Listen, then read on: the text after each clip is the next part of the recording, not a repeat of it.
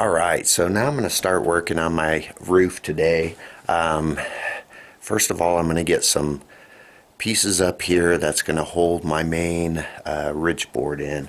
And what I got going on here is I've got this bottom piece. It's just a 4-foot piece. You could really use anything at this point for this length. The middle one right here is 1 foot 8 inches and 1/8 of an inch. And so I nailed that one in, and I've got these two boards on the outside just clamped on there, so when I put my ridge board up I can just slide it right in there and it'll keep it from falling out. And then after I get everything in, I'll come back and I'll put some angled pieces and nail them in here. Then I got a line right here, and this is the exact middle of this piece. And so now I'm going to go up top here, and I'm going to measure to the middle here, into the middle here, and I'm going to find the exact middle, and I'm going to draw a line there. Then I can put the T-piece right up there, and I can move it into place, get it perfect. Put a couple screws in there to hold it down, and then put my big ridge board piece in there, which I got a 12-foot 2x8. So that's the plan. So besides putting that T up, I've got my measurements here. These are the measurements for where they're going to fit on the ridge board, and then where they're going to fit on the walls here. So I'm going to go up here. I'm going to, take my tape measure, put it in there, start measuring out where each of these rafters will go. And I'm measuring from the edge of the 2x4. I'm not measuring from the outside edge of the paneling here. So I stick the tape measure right there with the stud, end of the stud, and then I measure these out. And so I'm going to get crazy doing some measuring. I'll see if I can put this camera somewhere.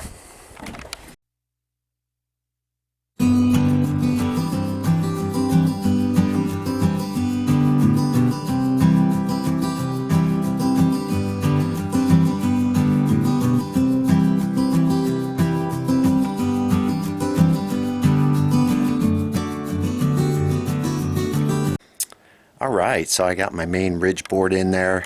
I got the lines marked out where all my rafters are going to go. I got these marked out where the rafters are going to go. It'd be a lot easier doing that with two people. It's pretty hard doing it yourself, but because these things, edges want to kind of kick out. I also put this board in right here. This board's actually just for to keep this top from kind of bowing out. So I measured out this at 10 foot, and then I just screw it in. This side I kind of pulled in the wall, probably about 1/4 inch, and then screwed it in. So it'll keep this wall from kind of bowing out as I'm doing this roof. So now I'm going to get on cutting these rafters. The rafter sizes are kind of, close, but really you need to cut one, kind of get up here and see how you're going to have to adjust it. So I usually figure I'm going to probably waste one piece just by trying to figure out exactly how I want my rafters. We'll see. I have my handy dandy Harbor Freight saw here set at 22.5, which is like a 5/12 pitch. It's actually 22.62 or something like that, but that's where my little mark is, and that's close enough. So that's what I set it at, and then I measured out from my kind of directions about, I think it was 6 inches over to this one, and so I measured out this piece. I held the whole piece up there, and I mean it looks pretty close, so it's hard to tell until you actually get it cut, but looks pretty good. So I'm going to use my saber saw and just cut that out. I'm not a big fan of using these to cut that, because I always seem to get it kind of at an angle, it never seems to go just totally flat. But I'm going to try cutting those out. And before I start nailing these things up, I have to go around and kind of fix this a little bit. Because remember when I said you don't want your siding sticking up? So here's where my siding sticks up a bit. It really doesn't matter for all this area, but right where my rafter's going to be, I need this to be flush. So I'm going to grind out with some type of tool this little bit. So on this first rafter, it was pretty close, but really from my measurements, I had to actually cut up this direction quite a bit. It was really like here to begin with, so I had to keep cutting it at an angle till it sat right on there at the right angle and everything. And so now that I got this first piece done, I'm going to keep that as my template for everything else. So I'm going to write on it, you know, master or a big X, so I know I don't use this one, and I'm going to keep copying this design onto the next one and then the next one to make things easier.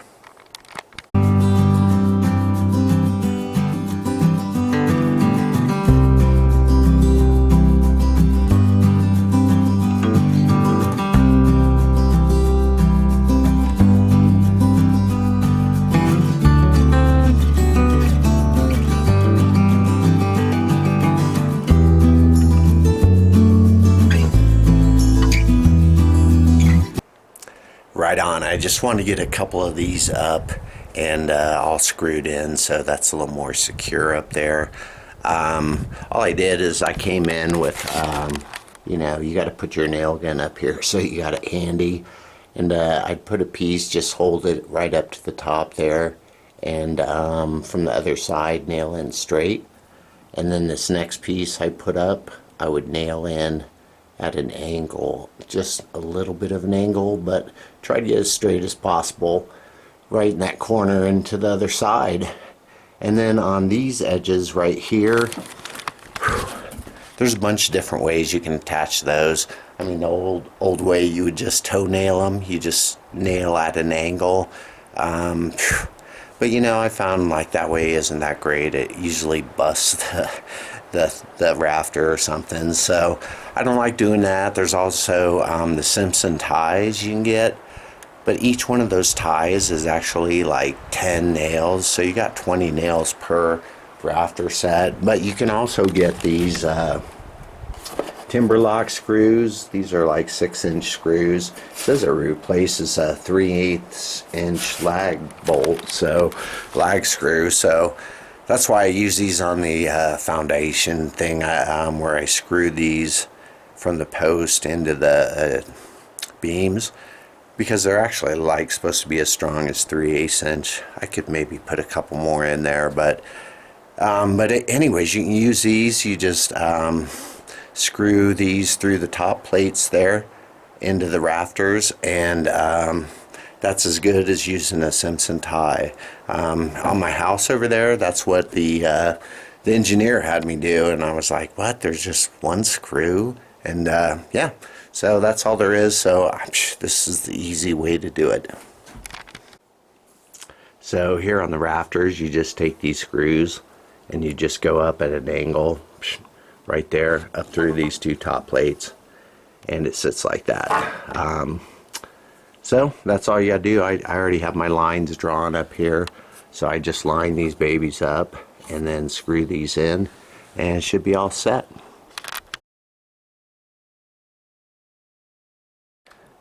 So I've probably done about 40 of those big screws, and this is the first time it's ever kind of went wonky and drove out the side, and I had to get it in at a different angle to make it work. But really, normally they're pretty easy to use, but that was a weird one. And before I continue just screwing and hammering away, I'm going to go outside and make sure this outer piece is all level and stuff out there, flush with the rest, before I just nail everything down. But right now it looks pretty good. I'll just keep cutting and plugging away. Yesterday I got a bunch of these rafters cut, but you know, I realized at the very end, like, they shorted me 4 2x6x8, so I'm actually short 4 pieces, so I can't actually finish this roof, and I can't put my OSB on it until I get those 4 pieces. So maybe tomorrow I'll go all the way to Home Depot. But another thing, I'm putting these ties in right here. These are going to be my ceiling joists. So in the future, I can put up a ceiling here, like drywall it. That's the plan. And these are also like collar ties. And so you want your roof with the pressure on it is going to want to spread outward with the pressure. So these keep everything from separating. And so those are these are kind of acting as both collar ties and as ceiling joists. And then I'm going to attach these to the rafters, and I'm going to be using these handy dandy connector screws. So I use these on my house, and so I just had this box laying around, so that's why I'm going to use them. Otherwise I'd probably just use some wood screws and nails for that. But what's funny on these, they're 3.5-inch nails, and in my house I had 2x10 rafters, and I needed 6 of these to attach them to the ceiling joists. And I asked the engineer, I said, but they stick out 1/2 inch on both sides. Like, why is that? Like, I don't like them sticking out. And he said, well, the little point on there has less strength than this internal part. So he said if you wanted them to sit flush, you would need 8 of them instead of 6 of them. And he said if you want to use nails, you would need 15 of them. So it was 6 of these versus 8 versus 15. So that's why I go with a couple of these, and because I got the box sitting here. And these ones are 2x6x10s. So actually I don't need to cut them off at all. They fit fine even if they're a little bit big. I just have to chop off one of the ends there because it will stick out a little too far on the top. So I'm just chopping off a little bit of those end pieces and throwing them up there, screwing them in.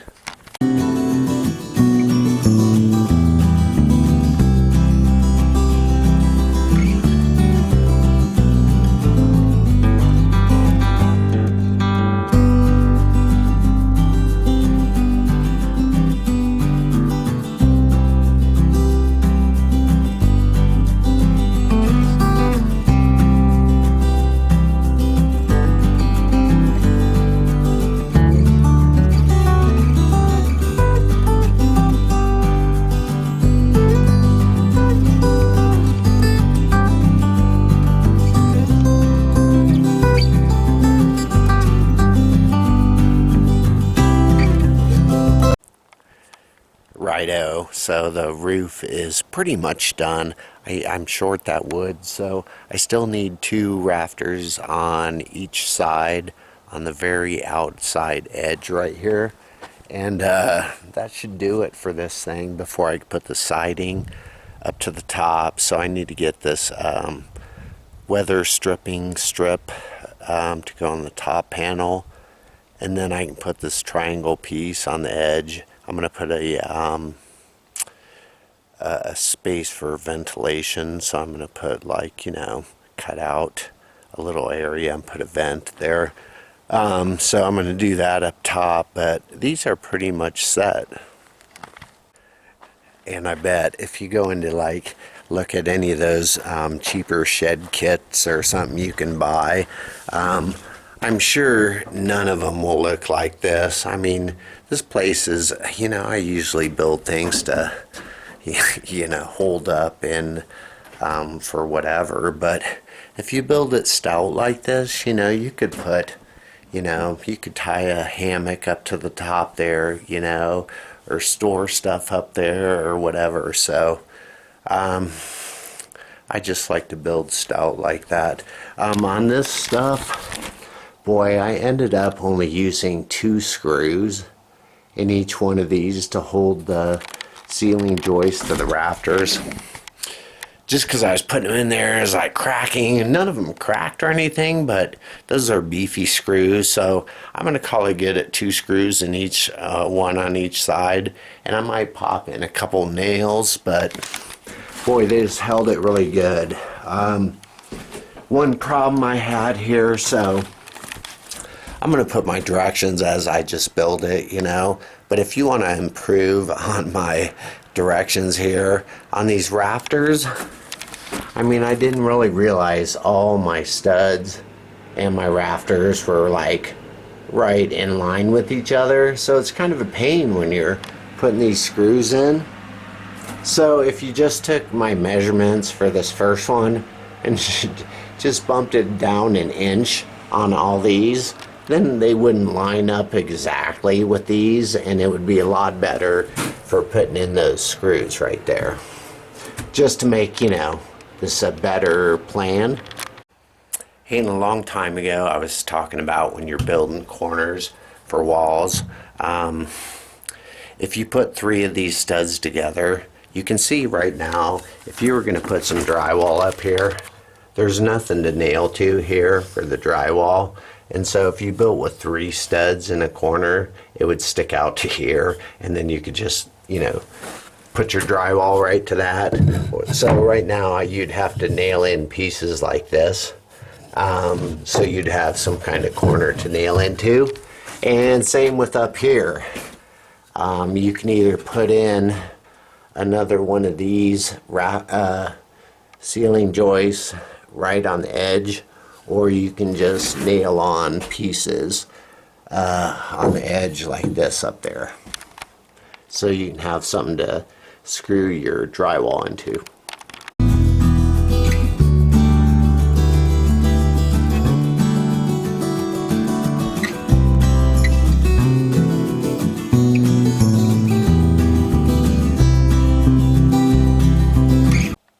Hey, I did get all the rafters on. Even this last rafter up here on the end, I managed to get a screw, one of those big screws going in there to hold it in. So it all looks good. Now I'm working on this final little triangle piece of paneling. Okay, so I have one piece of one full sheet of paneling to do the rest of this triangle.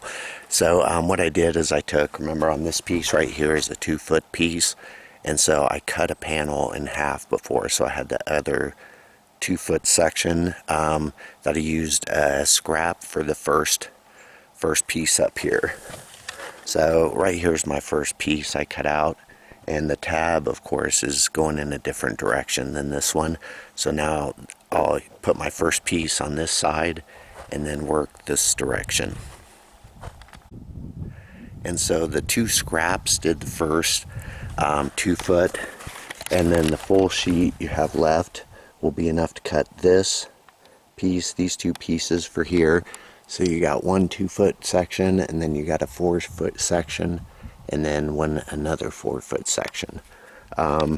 So I did manage to cut all the rest of those pieces from one sheet. You just have to be a little careful. I should have filmed it, how you're laying out your pieces and the direction of your tabs, because now I'm going the opposite direction I did before, so it's a little confusing, and you just have to make sure you position your pieces on that last sheet so you don't run out.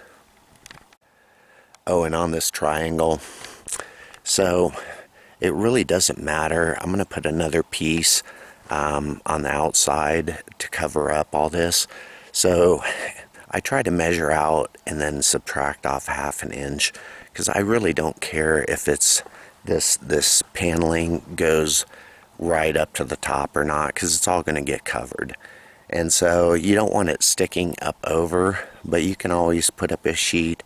If it goes over, just use your, you know, saber saw, jigsaw, and just trim off those pieces, no biggie. And then I'm going to put this Z trim piece on the edge there before I put up my triangle. So I got a couple different edge pieces yesterday when I was at the store. Hey, and here's the edging I'm going to put on this thing. So it's got this, it's called like Z trim. So it's just going to kind of sit over and protect that bottom layer of paneling so water doesn't get in there. You just have to be careful. I got the 3/8 inch, but they also have 7/16 and 1/2 inch, so it kind of sticks out a different distance. And I know this paneling is the 3/8 inch kind, so that's why I got 3/8 Z trim.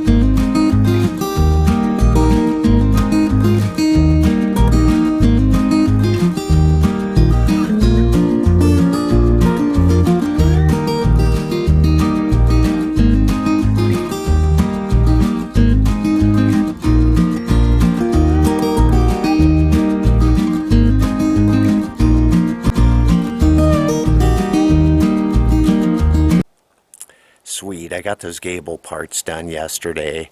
Now I'm going to start working on my fascia.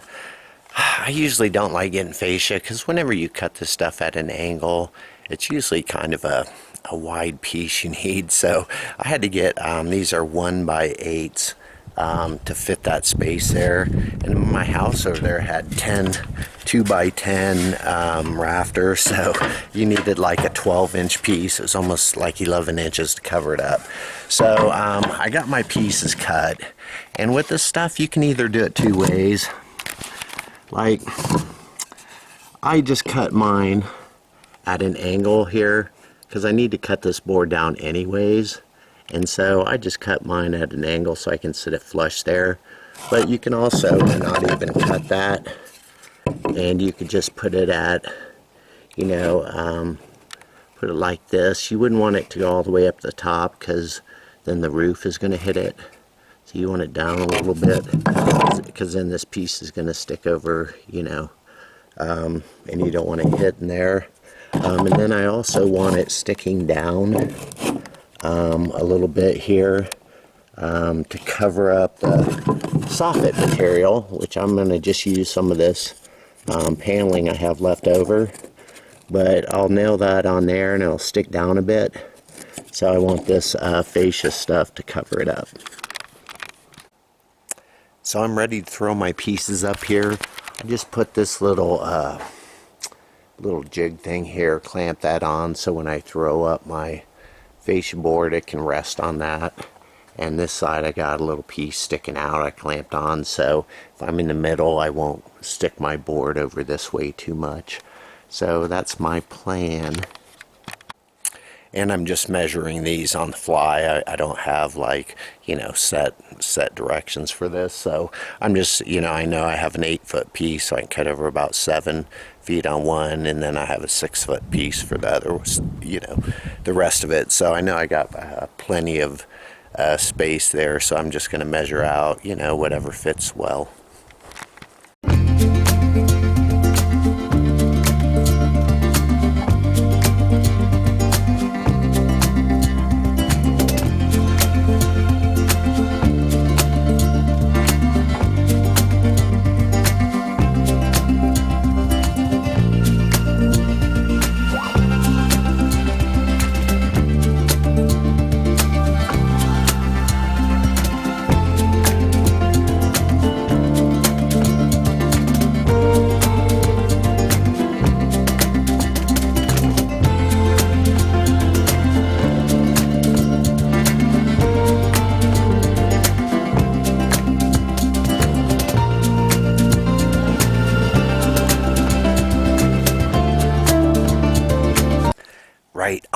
I got my roof done the other day, all my sheathing up there, so it's about ready to go. I was missing 2 pieces, so good for you that I'll update my list on how many pieces of sheathing you need. I was thinking I would need, 5 sheets, but this is actually 12 foot plus you got the trim pieces plus the paneling, so it's really like 12 foot 4 inches. So you need an extra little bit. Luckily though, Home Depot had 2x4 pieces of this stuff, so I got 2 foot by 4 foot pieces, which work perfect for the 2 little pieces I need. So that's what I'm doing today. So if I lived anywhere but here, probably I would put 7/16 of an inch stuff on my roof sheathing. But, I talked to a neighbor the other day who said 3 roofs right around here got damaged this year from snow. So for me, I'm going to go with a little heavier duty stuff. This is 19/32. I mean, really. So it's the, step up from 7/16. So that's what I'm using. But the stuff is heavier, and I mean, if I could use a 7/16, I would go with that, definitely.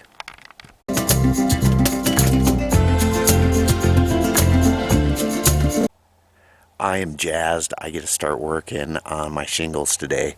Get that done. Everything after that will be easy. So I got my shingles there. I had some starting strips just laying around, and I also had the top cap kind of pieces. So you need those 2 other things. You can make a starting row by cutting a shingle in half and using half of it. And you do need that top cap row, because those acoustic kind of shingles, you can't really just cut them into pieces and then form them over that top ridge. So you got to buy those separate. So I got some stuff ready to start doing this. I got my little jig made up. This is just gonna hold my ladder off the edge there, because otherwise I'm gonna smush my drip edge. And then I got my handy dandy 10-foot ladder, and it goes right to the perfect spot there for working on the edge of my roof. And this is a drip edge kind of stuff I got.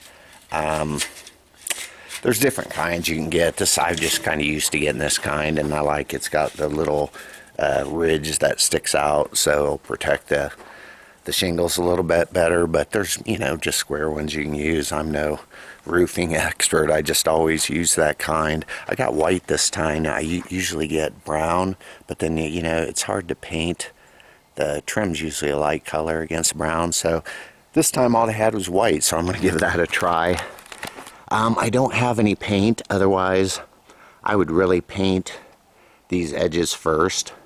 I don't want to go all the way to the store to get paint, but if I did have paint, I would do those ahead of time, because then it would be a lot easier once you put that corner on. You wouldn't need to like cut in your paint, so it would just make things easier, but I'll have to wait on that.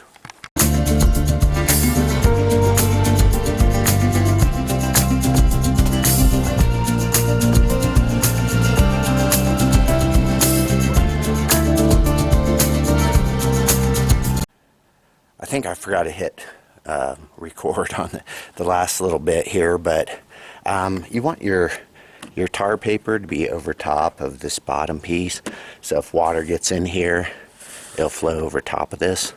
And then on the sides, you want this side piece right here to go on top of the paper, and so if rain gets in here, it's going to be on top of the paper and just flow out. That's the theory. Since I'm way up here in the mountains, I don't feel real comfortable being up on roofs. Nobody will find my body except the wolves if I fall off. So what I like to do is I put one piece of tar paper on, I nail this edge up to about there, and then don't nail the rest of it, and then I'll shingle this, and then I'll come put my next piece of paper underneath that, then nail it. So that's the plan for why I do it this way.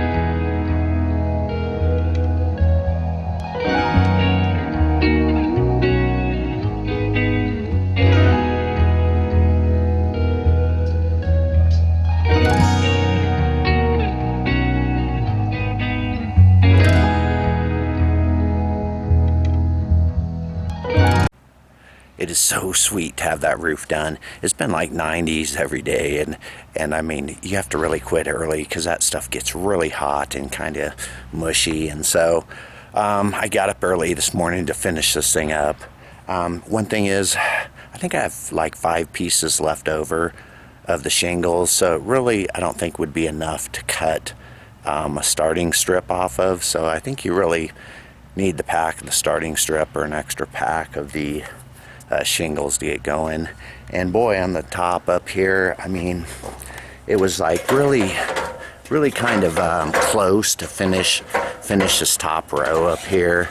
I mean, if it was maybe a ½ inch difference, I might not have made it, but you can see like this top row is, boy, I don't have, it should really be down a little bit more on both sides, but you know, then it would take another kind of weird shaped row up top, you know. So anyways, looks like it worked out pretty well. And on the end there, I put little globs of stuff over the nails that are still showing.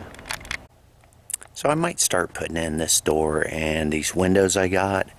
Boy, I got windows yesterday and I was kind of in sticker shock from them, because normally I get these cheaper windows. They're like 120 bucks.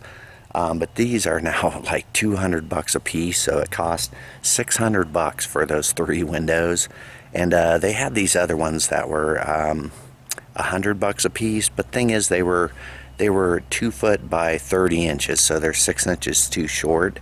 So if I knew that ahead of time, I could have built this, you know, just a little bit shorter here and put the paneling over it. But now that, I mean, the hole's cut, I have to go with that size, which is 2 by 3 is the rough opening.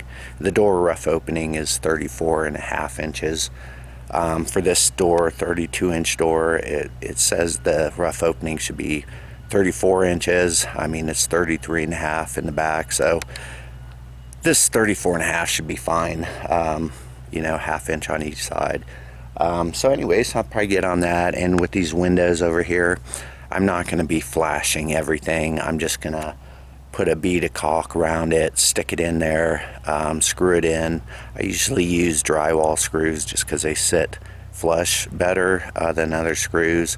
There is no way I would ever nail in a window like you're supposed to do, because there's no way I could hammer and not hit that plastic at some point and bust the window. So there's no way I'd ever hammer a window in, but I'm going to caulk it, put it in there, and then after I put my trim around it, I'm going to caulk the trim really well too. So it should be sealed up pretty good.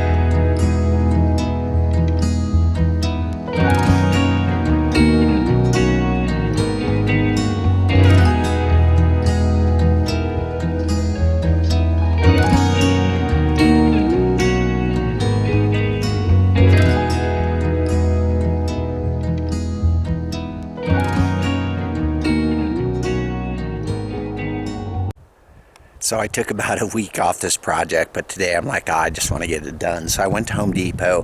I got 2 sheets of the soffit material, and it's really basically like this stuff. It just doesn't have the lines in it. And so I got all my skirting pieces that will go down there cut. I'm going to put a little paint on the edge there and a little bit on the back before I put them on though. Oh, and I got my trim pieces here today. They're 8-foot 1x3s. Usually, I thought I'd get 1x3s usually, but looking at my other shed, I usually get 1x4s, and I think the 1x4s are a little bit wider and they look a little better.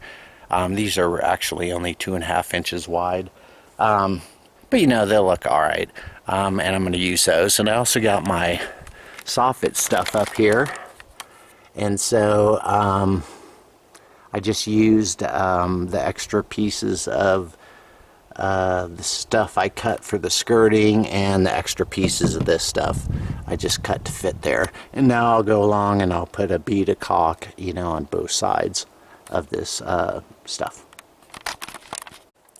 You know, and I don't know if I mentioned on these windows, usually I put some little pieces of something down there at the bottom just to keep the window up like a 1/4 inch, and then I'll throw the window in there. I'll jiggle it around to make sure it's kind of in the center, and then I'll put 1 screw in, and then I'll go inside and check it out and see where I need to move it, and make sure it's all centered everywhere inside.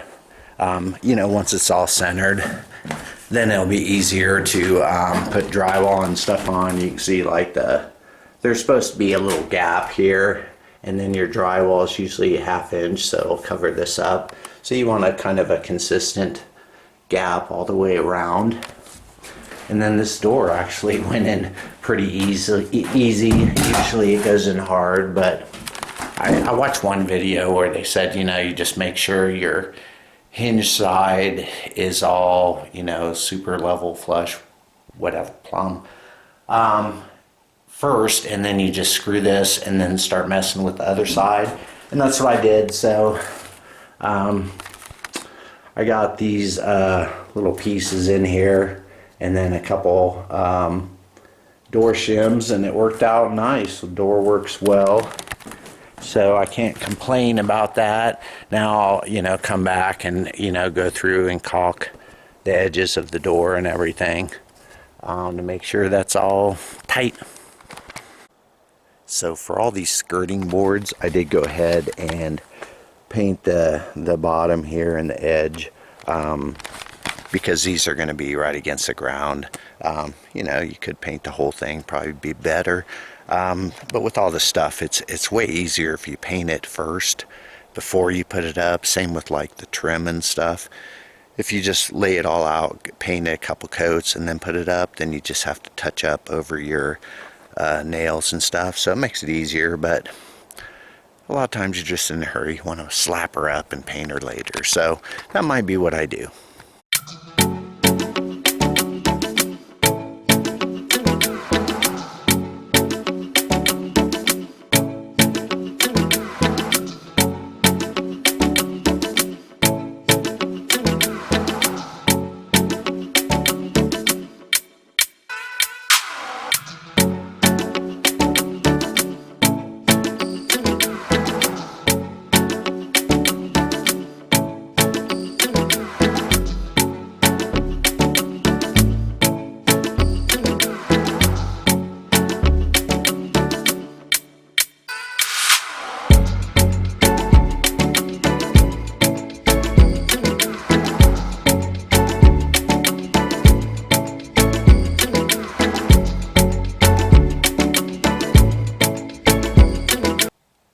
Sweet, I got all my trim done yesterday, so everything's done. Now all I got to do is caulk and paint, and that's it. So I'm pretty jazzed. I made this little, I had a bunch of scrap wood around. I made a little step right there, seems to work perfect.